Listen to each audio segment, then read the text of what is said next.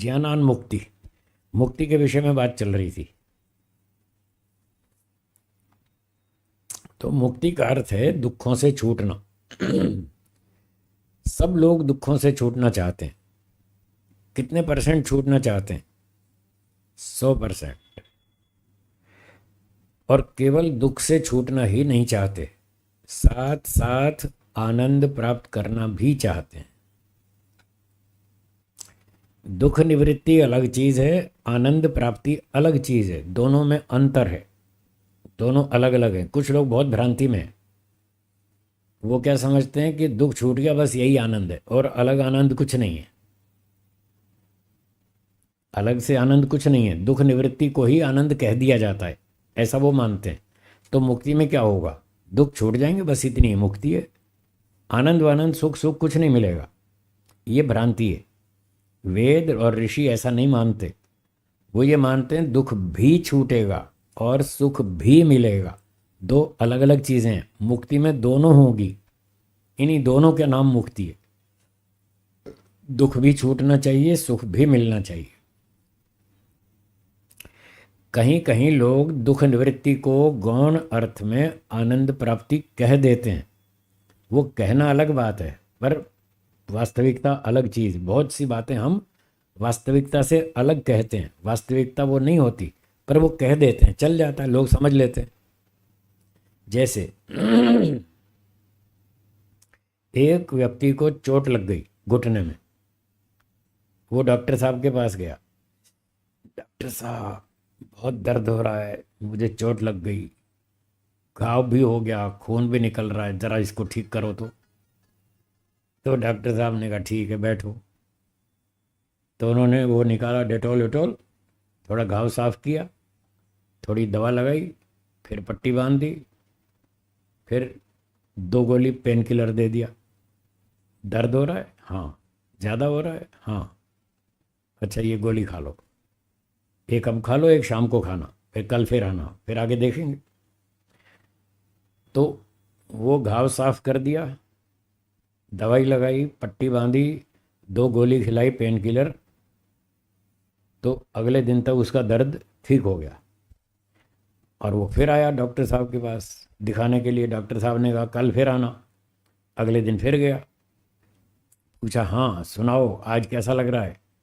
कि डॉक्टर साहब आज तो बस आनंद ही आनंद है। का आनंद है? दुख छूट गया आपका, आनंद का है। सिर्फ दुख दर्द नहीं हो रहा, बस इतनी बात है, आनंद थोड़ी है। आनंद तो तब मिलेगा जब 2 रसगुल्ले खिलाएंगे उसको, तब आनंद मिलेगा। तो रसगुल्ले तो खिलाए नहीं, न पनीर खिलाया, न रसगुल्ले खिलाए, न गुलाब जामुन। आनंद का है? कुछ भी नहीं, केवल दुख निवृत्ति हुई है। तो कहीं कहीं मोटी भाषा में ऐसा कह देते हैं, वो सिर्फ बोलने मात्र के लिए होता है। वहाँ आनंद की शब्द का अर्थ है केवल दुख की निवृत्ति।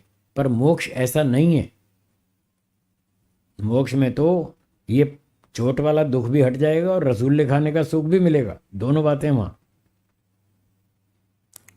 इसी सांख्य दर्शन में लिखा है, सुख लाभ अभावादिति चेत नैवम द्वैविध्यात। ये बात आएगी 5वें अध्याय में, सांख्य में। एक व्यक्ति ने पूछा कि जी आप कह रहे हैं दुख से छूटना मुक्ति है, यदि केवल दुख से छूट गए और सुख नहीं मिला फिर तो अधूरा काम है। हम केवल इतना ही थोड़ी चाहते हैं कि हमारा दुख छूट जाए, हम तो सुख भी चाहते हैं, सुख भी तो मिलना चाहिए। तो सिद्धांति ने कहा नहीं नहीं ऐसी बात नहीं है केवल दुख छूटेगा, ऐसी बात नहीं है। द्वै विध्यात, हम दोनों बात मानते हैं, द्वै दोनों बात मानते हैं, दुख भी हटेगा सुख भी मिलेगा। उपनिषद में लिखा है रसो वै सः, ईश्वर आनंद स्वरूप है। रसम ही एव अयम लब्ध्वा आनंदी भवति। देखो कितना साफ लिखा है। उस आनंद स्वरूप परमात्मा को प्राप्त करके आत्मा मुक्ति में आनंदित हो जाएगा। तो आनंद भी तो मिल रहा है, दुख भी छूट रहा है, आनंद भी मिल रहा है। कैसे मिल रहा है? दुख का कारण बताया था जन्म लेना। ये जो शरीर धारण कर लिया, जन्म ले लिया, यही तो दुख का कारण है। क्यों लालचंद जी? यही है ना? हाँ, शुरू से पढ़ते सुनते आ रहे हैं कि दुख का कारण जन्म लेना है। तो मोक्ष में ये शरीर तो छूट गया, शरीर से छूट जाएंगे मुक्ति में। जब शरीर से छूट जाएंगे तो शरीर ही दुख का कारण था, तो दुख भी छूट जाएगा। तो देखो दुख की निवृत्ति हो गई, क्योंकि अगला जन्म नहीं लिया। दुख का कारण ही जन्म लेना है। जब अगला जन्म नहीं लिया तो अगला दुख भी खत्म हो गया। तो शरीर छूट जाने से दुख की समाप्ति हो गई, एक फायदा ये हुआ मुक्ति में। और जब शरीर के चक्र से छूट गए तो फिर ईश्वर से कनेक्शन हो जाएगा, ईश्वर से संबंध जुड़ जाएगा।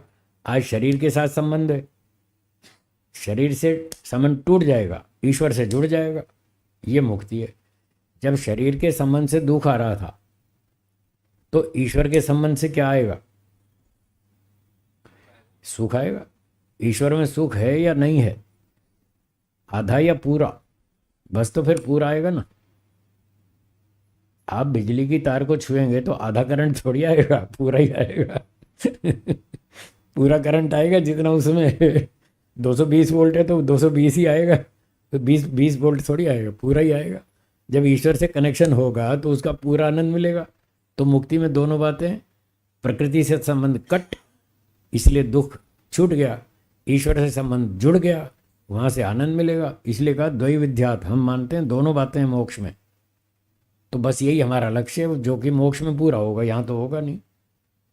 इसलिए कह रहे हैं ये मुक्ति प्राप्त करना सबका लक्ष्य है, सबका A to Z। और मनुष्य को तो छोड़ो, मैं तो कहता हूँ कुत्ते गधे का भी लक्ष्य है, सुअर, हाथी, बंदर, शेर, भेड़िया, मछली, मगरमच्छ का भी लक्ष्य है मोक्ष प्राप्ति।